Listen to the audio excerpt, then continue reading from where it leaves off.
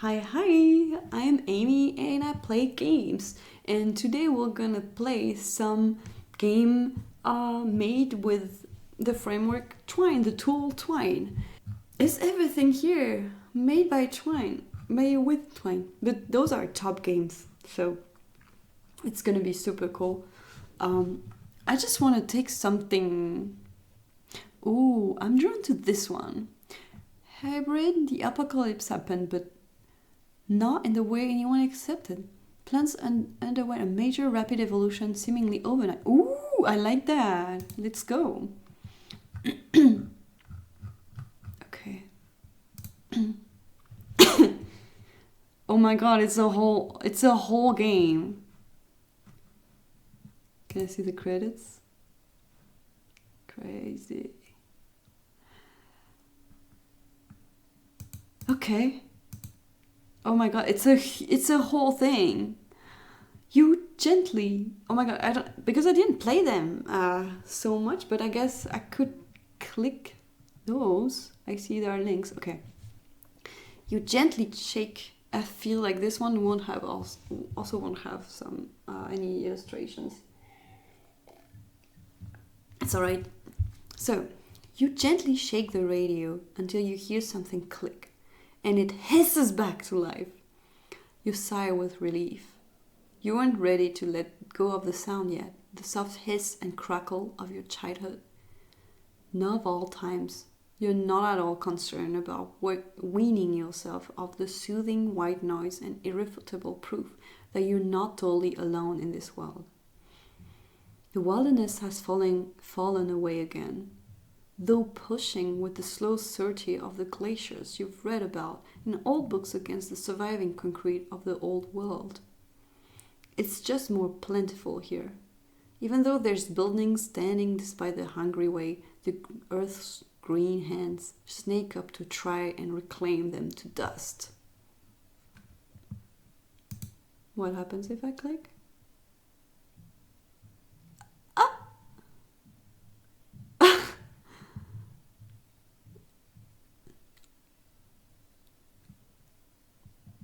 This is not hissing back to life. Oh my god.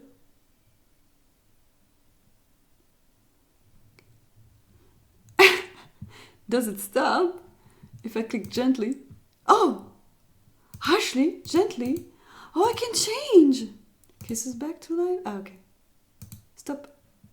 So you can harshly or gently? No, gently. So then... Oh, it's too loud for me. Okay, so climb some rubble for some perspective, new environments, new danger. I want to whistle first. You firmly reattach your radio, a patchwork bundle of metal and wires, secure with glue and tape where you could find them, to its customary spot on your belt. Open, only slightly muffled by your sweaters. It's been your pet project for a long time. Enough so that your mother or father, sister, brother, grandmother, grandfather, mother has been scavenging parts for you well past the point where you actually needed them. Oh, let's skip sister. The lullaby is comforting against the radio noise, and you let your eye comb all the strange open spaces. You're not worried about the plants, but the lack of them is penetrating your usually iron grip on calm. It's more than fair, you think, given all the circumstances, that maybe you're not quite as chilled out as you could be. You've definitely felt calmer. The road becomes broader at this point, although what you normally recognize to be directional markings, and thank God for the scavenged books at home giving you so much fundamentally useless knowledge about cities, have long since chipped and faded away with the canvas they were marked on. You carefully make your way over the broad, upturned islands of stone formed by thick and unforgiving roots, creating jagged fissures in what you think might have once been smooth and flat, towards a cluster of buildings. You double check your hood, headscarf, Shaila, Niwab, Hijab, Turban, Boroa. I don't know a lot of them. Why not headscarf? A habit, a nervous gesture, and a comfort all rolled into one. And start forward. Okay, so we have different things here, right? Okay, wait, if I do this... The violin plays a strong folksy song with some occasionally harsh bar. The song is played... I don't want it. It's distracting me. Can I look? Oh, okay. Okay. Cluster is a generous term. It's mostly one enormous multi-storied building around which there's several smaller scattered outposts that haven't been swallowed by the surrounding flora despite its best effort. You don't see any real signs of life, but that doesn't mean they aren't there. Another story of survival from June here in so I don't know. Trinity, Felicia, Hannah, Pooja, despite the fact that she never... it's my sister. Is it? Wait, I guess... Another story of survival from Pooja, despite the fact that she never took you off the farm. You're familiar with basic survivalism, of course. You know what plants are safe to eat. You know the basic of preservation and what plants are safest to sleep near, and which will act as guardian for you if you ask nicely. Oh, that's interesting. You just didn't expect your first field trip to be forcibly fleeing from the farm to escape wild gangs completely alone, with only what you already had packed. You just ran. Oh, there are wild gangs. There are wild gangs. You didn't see Pooja. She wasn't anywhere in the surrounding woods when you fled. Oh no! And all you have left to prove she was real is your little radio. No! That's all that you can hold on to right now. And probably why the silence when you'd lost power for those few agonizing minutes had been so sinister. You're not usually given to total spiraling, but apparently watching your childhood farmhouse being all but dismantled by unsettling strangers wearing patchwork rags and burning the field brought it out to you, in you. Oh, that's so normal. It taking every scrap out of self-control, you had to leave your home behind. You're not so sure why you did it, honestly. Oh, well, because you were so scared. How do you want to fight back? It sounds like you can fight back an entire gang, unless you have some kind of power or weapon, right? And I guess you don't. Because you're scared. There was something primarily terrifying in a way you'd never experienced before the sight of the farm. You'd coming from the woods to see the field burned, the scavenger tearing in and out of the house to steal supplies and furniture and clothes, and even sometimes the wood it was made out of. When you started running, you weren't thinking of anything at all besides how badly you wanted not to be there anymore. Now, you suppose you just need to find somewhere that you can stop, focus, and gather the courage to turn back. Until then, your radio is on your hip, the signal quality fluctuates, but it's long range and you're not worried about losing it. Yet. Oh wow, this is so interesting. And now you're here, among the half-digested buildings with your eye on the emptiness. Nothing is ever truly abandoned, whether it be populated with clever humans who've learned better than to make a fuss on ground that's still in the process of reclamation, or plants that are busy doing the reclaiming. Okay, so interesting. So what I understand so far is that there are plants, so the plants are taking over the world and they're basically eating up the cities and buildings. But then there are scavengers and gangs trying to take over materials that are left or something like that. You haven't met any such people on your journeys thus far, or anyone really. Huh. but you aren't entirely sure if it's because you've done such a good job of staying low, unlikely in your state, or for a much stranger reason. The people on the farm had looked strange and unlike you. Maybe they stayed away out of fear. Maybe they burned your whole life to the ground because of fear. Why would they be scared? Are they some kind of zombies? Nature plant zombies? Pooja had never indicated that there's a different sort of human wandering around. How she would have known, what? And of course, you never thought to ask.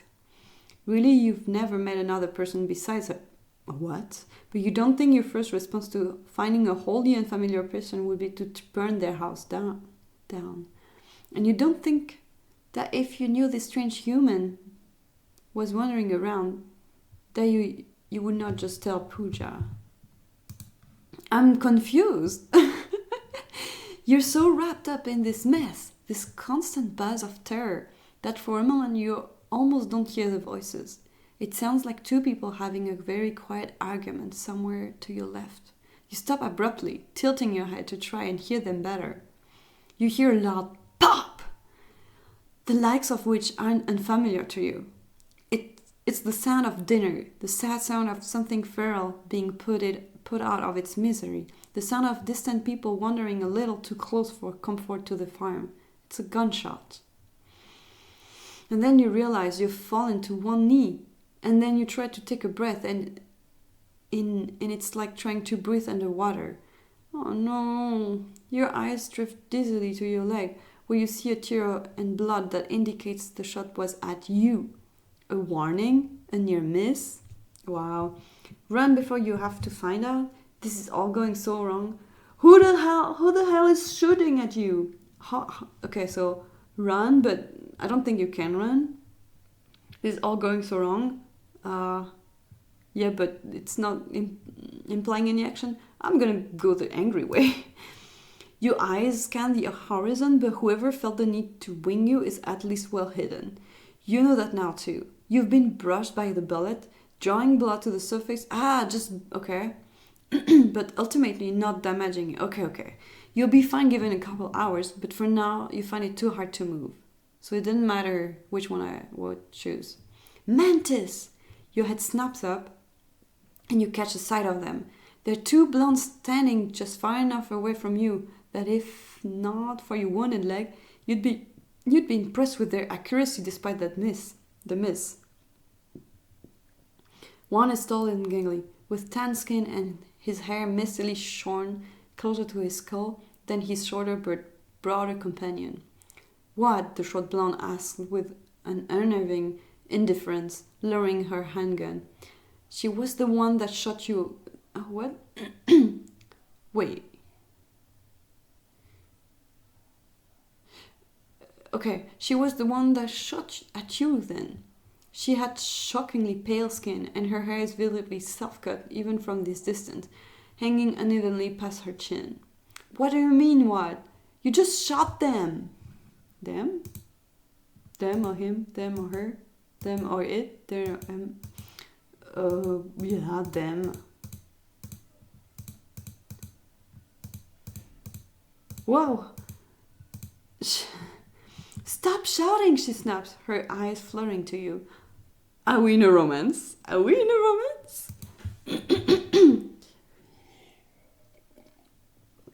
Tea time.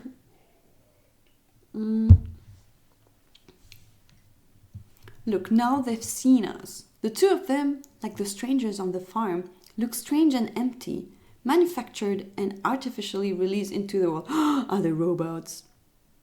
That isn't to say they don't look good. Why are we... Okay. The tall one has kind eyes, and his companion has a thrilling intensity to her face.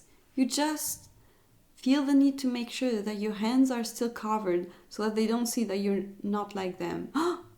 We're not like them? You don't have a house to burn down anymore, so the only thing you can protect is yourself. Oh no, is it about racism? The tall one looks over at you, and you're not sure what to do when he starts walking over. Crave, get back here. Mantis insists, folding her arms over her chest, and what seems more like annoyance than anxiety. You'd love to dissect her reaction, but the gangly one, Crave, you suppose, is coming towards you. What kind of names are these? Crave? Panic? Watch him. Drag yourself away. It hurts badly enough that you're pretty sure your jaw locks when you hit the ground. Oof. You use your elbow to inch yourself forward along with the leverage from the knee of your uninjured leg, picking up a decent speed. Unfortunately, your pursuer has two long uninjured legs, so all your frantic wiggling is encouraging him to speed up. He pauses when he's a few feet from you, close enough for you to see the way his hands are bandaged, and the thin red scars scattered up his arms as he raises them to indicate, you guess, that you shouldn't be afraid. Hey mate, feeling alright? He asks gently, like you're in any shape to skitter away like a spooked deer. You've already failed once, and aren't sure your dignity could take another hit like that. Peachy? Is it my name? Peachy? Or does it mean it means something? Not great, honestly. Stay away from me. I'll just say not great. He must sense something truly fragile in your mien, because he drops to his knee before slowly shuffling a little closer.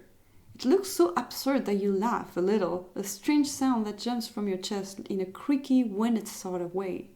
Despite the sound, he smiles in response. Sorry, I got a bit close to patch you up, yeah?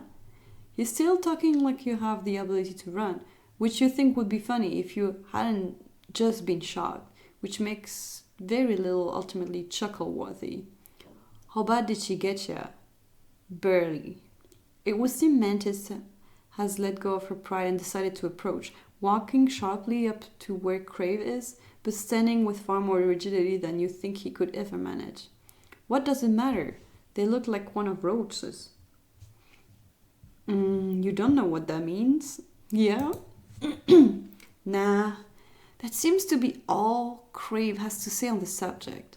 Besides a furtive glance back at you, not having approached enough that he can't hesitantly reach for your leg. You allow it. His field medicine isn't necessary, but you doubt he'll let you bolt without taking a look.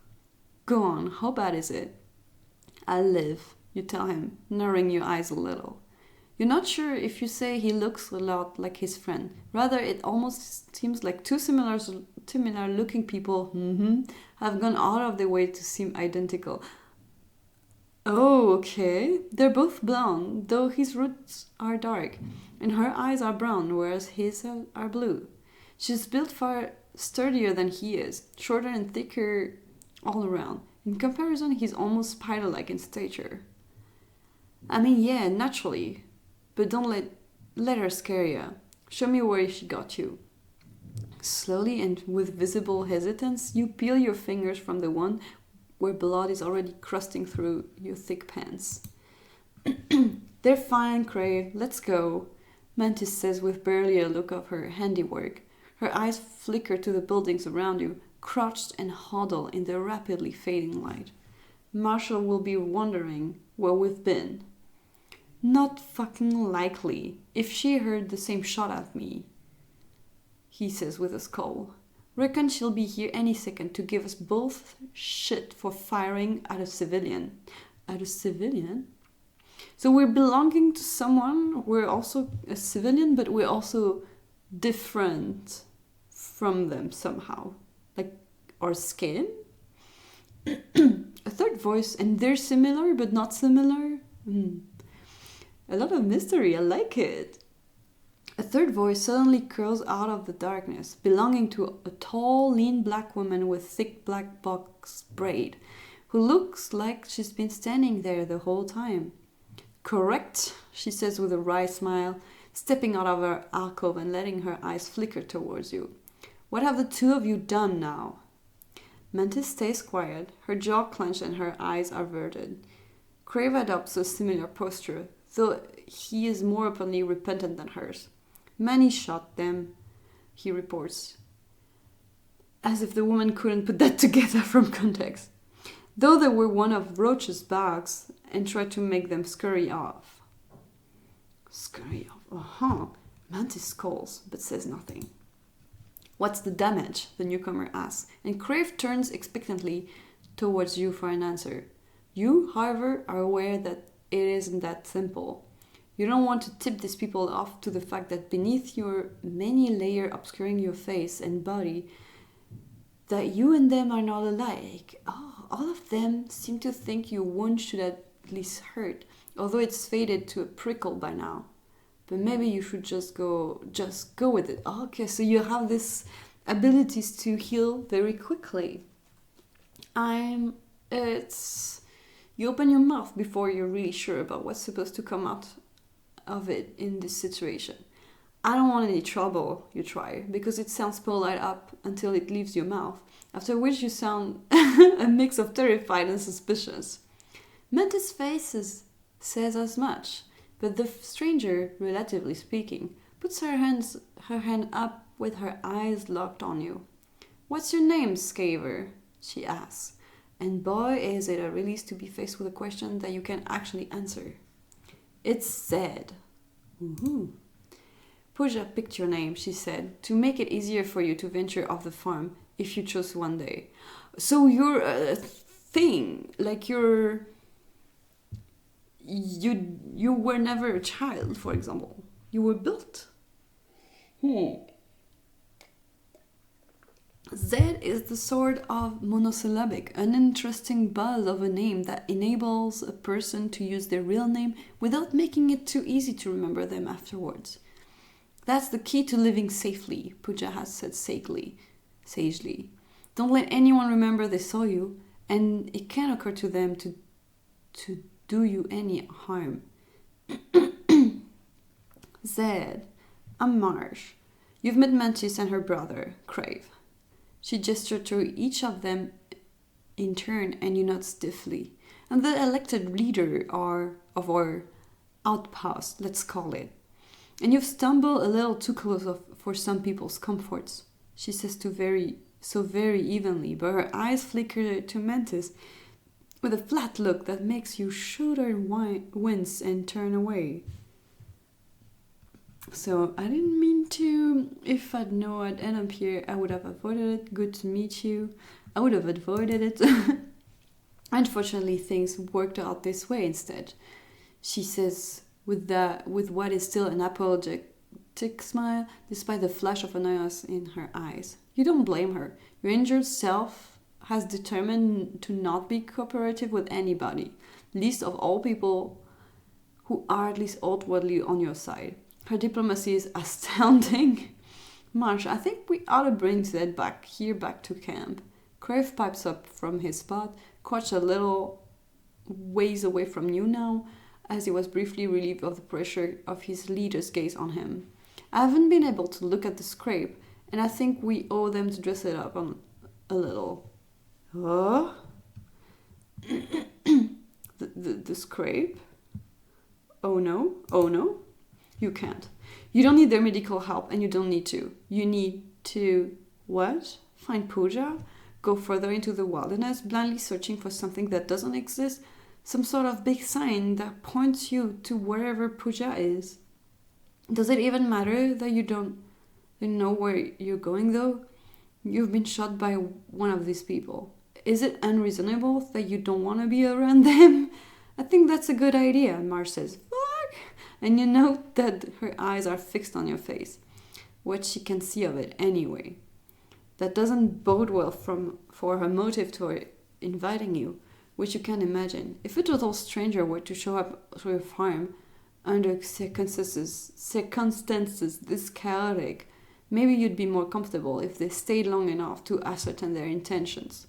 That doesn't necessarily mean that you think you should. That doesn't necessarily mean you think you should. Regardless of how it might be your best option, all purposeless wandering considered. Okay, no choice. I have to follow them. Or maybe not. Crave grins without noting that you haven't said a word and straightens up, offering you his arm to lift you up your feet. Now you're not sure if his offer to give you a checkup at their base was pretense or genuine. But you err on the side of caution. If it was a genuine offer, then he expects that you're more injured than you maybe are. You accept the gesture, getting to your feet shakily and making sure to keep your weight off your injured leg. I'm really fine, you offer, in spite of the way you're keeping yourself purposely off balance. Hey, don't worry, we'll tell everyone you took it like a champ. You want me to carry you? He asks, quickly and lightly bonking his own head, as if he should have thought to offer sooner. You suppose it's not unreasonable, considering. To your surprise, Mantis steps up. Don't be silly, Crave. I shot them. I can help them walk.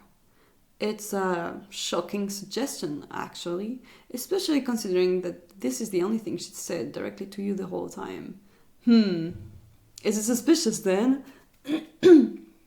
I don't really want to be carried by the guy. I think I would prefer... Let's see how it goes with Mantis. She's gone and made you curious now. What would she offer when just moments ago she'd been urging Crave to leave you in the street? You give her a short nod and she strides up, positioning herself surprisingly short up close under your arm. You lean into her, but not too much, starting to make you shake your way forward. Marsh and Crave have gone on ahead, reasonable, considering the speed at which you move to fake an injury, leaving you alone with the very person who shot you in the first place. She doesn't say anything, which sets your teeth on edge. At the very least, you expect some sort of warning, but instead she just keeps glancing at you and then looking away when you turn to face her.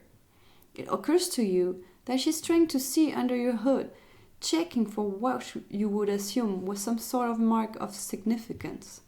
Her clear brown eyes are all but boring a hole into you. Whoa. Keep your hood up and your scarf around strangers, Pooja had cautioned. You never know what your face is gonna give away to someone looking. I've never even seen another person, stranger or not, you'd return, young and wary of the constant vigilance. But they're out there, she'd replied quietly. So you're not a human. We're not a human. We're not an actual human. Apparently, Pooja was right. The wilderness here isn't tame, but it seems to be manageable. The four of you are able to ultimately make it through to the largest building you've ever seen in your life, looking for all the world like it's many buildings all stacked up on top of each other by particularly meticulously child-playing blocks. It's uniform and symmetric, and well kept considering most of its fellows as are moth-eaten and crumbling like dry dough. Mantis' staring hasn't abated even as you approach what you would say as far more interesting landscape. The four of you seem to be headed for a particular entrance. There are many, from what you can see, but as much as you'd like to integrate the choice, you don't think you're quite in the position to do so. Once we're inside, Mantis said as the two of you approach the broad double doors still held open by Crave. Marsh will want Trigger to look you over, then you'll be sorry.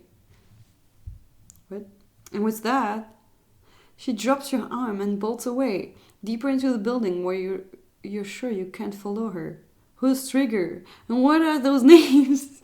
Yeah, I guess it's like post-apocalyptic names. Okay, so I think I'm gonna stop here for now, but I'm probably gonna do another episode for the rest of the story. I'm really interested. I just need, I guess, to like save this. When you click to load it, this is I don't know. Okay. Crazy. What is this? Ooh. This is so interesting. Oh, there are infos here.